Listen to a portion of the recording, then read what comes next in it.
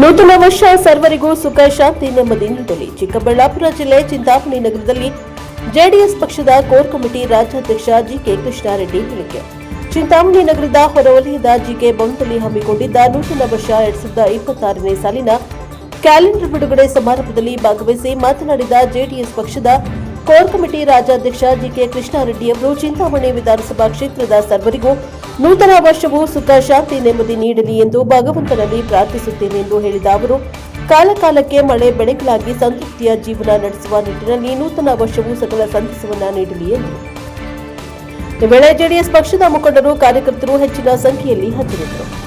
Bureau report CS Ravi, NKS TV 4 Chikkaballapur. ಪ್ರತಿ ವರ್ಷದಂತೆ ಈ ವರ್ಷ ಕೂಡ ನಮ್ಮ ಜೆಕೆ ಭವನದಲ್ಲಿ 2026ರ ಒಂದು ಕ್ಯಾಲೆಂಡರನ್ನು ಬಿಡುಗಡೆ ಮಾಡಿದ್ದೇವೆ.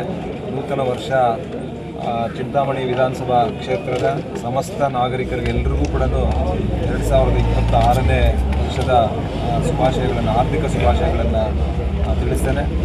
ಈ ವರ್ಷದಲ್ಲಿ ಪ್ರತಿಯೊಂದು ಕುಟುಂಬದಲ್ಲಿ ಎಲ್ಲರಿಗೂ ಕೂಡ ಸುಖ, ಶಾಂತಿ, ಸಮೃದ್ಧಿ ನೆಲೆಸಲಿ.